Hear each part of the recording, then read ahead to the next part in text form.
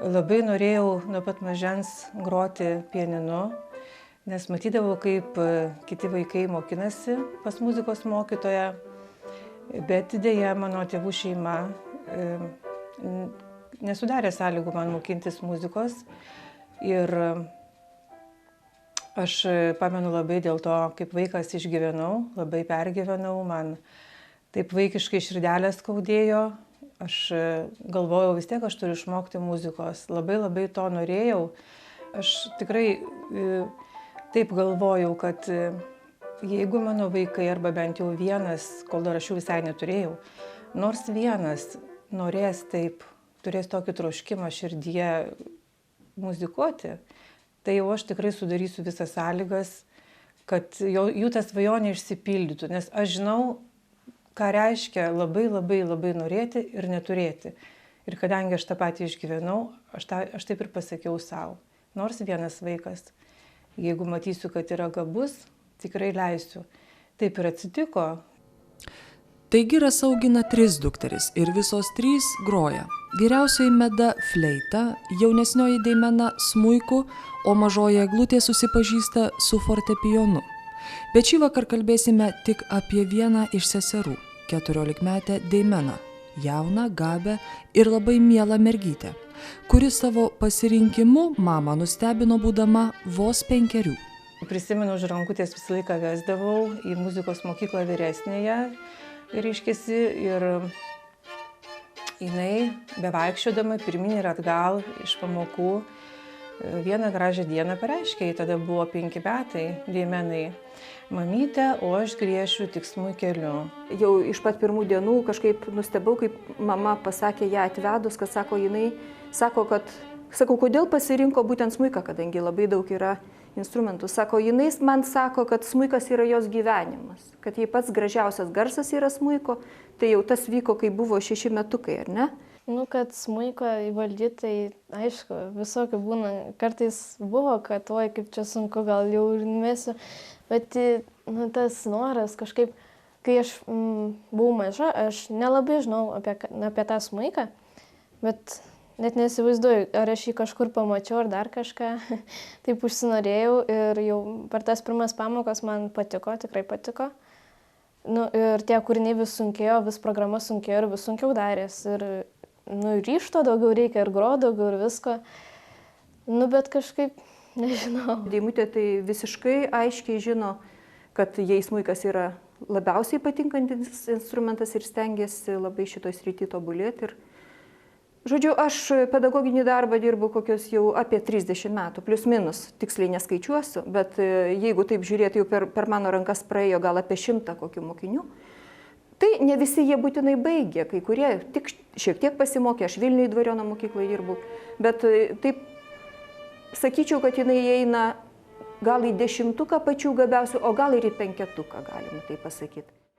Deimena labai stengiasi, daug ko atsisako, daugelį viliojančių dalykų tiesiog pamiršta, nes žino, kad ne viskas įmanoma, žino, kad viskas kainuoja ir savo poreikiais neužgožia sesučių.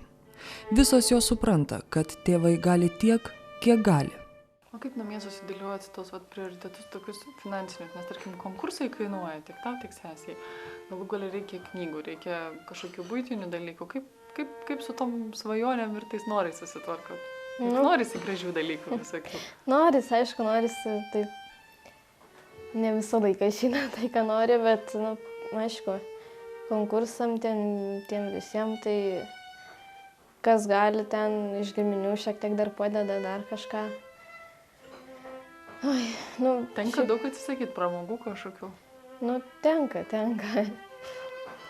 Nesijauti nuskriausta dėl to? Ar tu tiesiog galvoji, kad, investuoji bet kokiu atveju į save? Šiaip jo, į ateitį, čia visi tie konkursai, kuriuos aš esu laimėjus, tai man tiesiog pliusai dedasi ten, kur aš stosiu, visi, reikės parodyti tos visus. Ir tiesiog, nežinau. Ką esi nuveikus? Jo. Taip, muzika kainuoja. Iš tikrųjų, kiekviena kelionė, kiekvienas koncertas, kiekvienas konkursas reikalauja papildomų išlaidų, nes yra ir stojamieji mokesčiai, tarptautinių konkursų Lietuvoje, kaip standartas yra 200 litų vienas mokestis. Vienu už dalyvavimą? Vien taip susimokėt už tai, kad tu dalyvauji. Tai kaip kažkur kitur Latvijoje ar panašiai vėl yra savos įmokos ir taip reikalauja šitų papildomų išlaidų. O kai yra ne vienas vaikas, tai jau susidaro. Niekada nepagalvot, kad gal jau geriau jos būtų negrojusios. Ar vis dėlto džiaugiatės to? Tikrai ne, nes dar kartą pasikartosiu, kadangi mano tėvų šeima kažkaip neišpildė mano svajonės, aš tikrai jų nekaltinu, jie turėjo savo rūpesčių ir problemų. Aš kažkaip galvojau, kad padarysiu tai, ką galiu padaryti ir tikiu, kad labai norint tikrai galima. Po truputį susidėlioja viskas.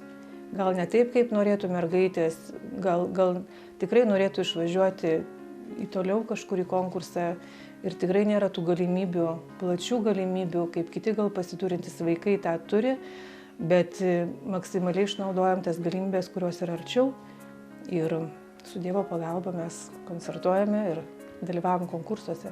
Aš pastebėjau, kad mane mama palaiko, jinai mane paragina vis daugiau grot ir nežinau, man pačiai patinka ir kai ragina, tai tiesiog taip toks noras groti yra ir viskas gerai sekasi, būtent kai yra iš šeimos palaikymas, iš mokytojų, draugų.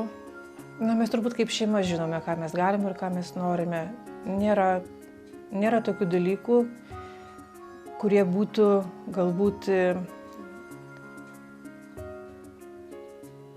kaip jums pasakyti, galbūt mes nenorime to, ko negalime norėti.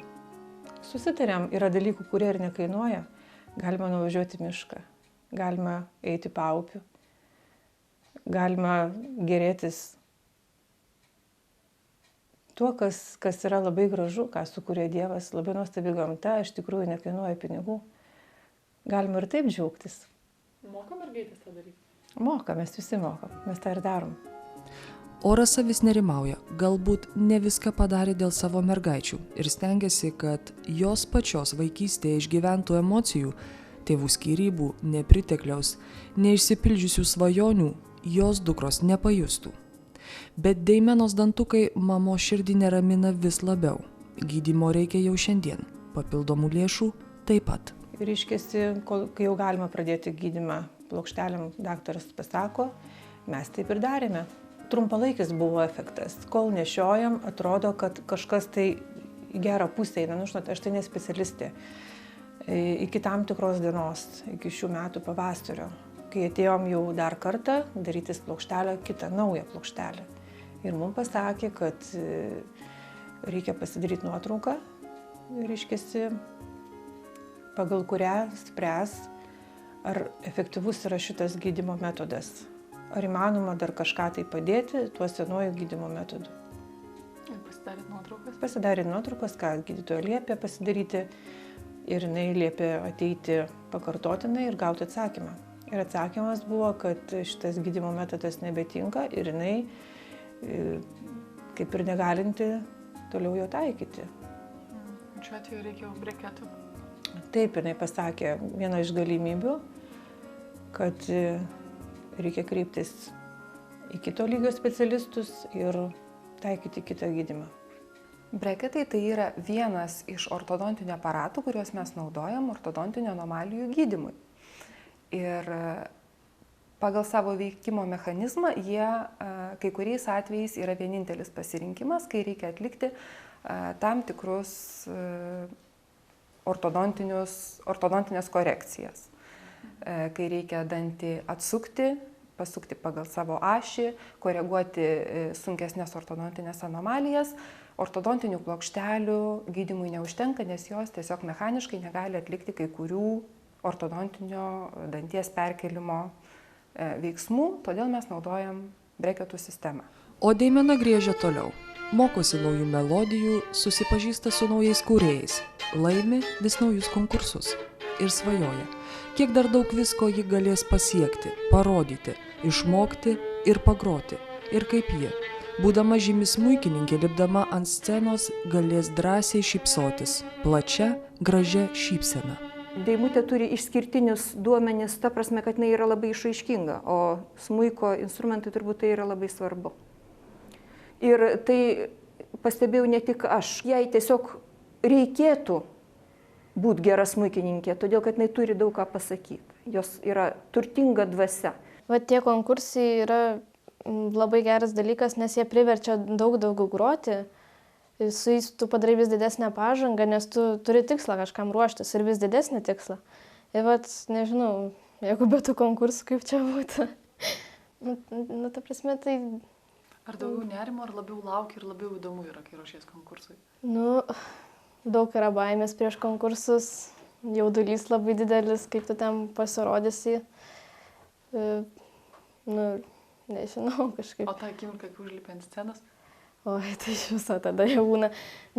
Aišku, baimė, bet reikia nugalėti save, reikia tada susimti rankas ir parodyti viską, ką gali geriausiai. Man jinai kaip suaugus, aš joje galbūt aš namie jos nematau, bet šiaip jinai kaip suaugus labai brandi yra, protinga, emocionali, taip vidiniai, sukauptai, toks apvaldytas, toks temperamentas ir būtent toksai vidinis tikslingumas, vidinis sukauptumas ir žinojimas, ko nori.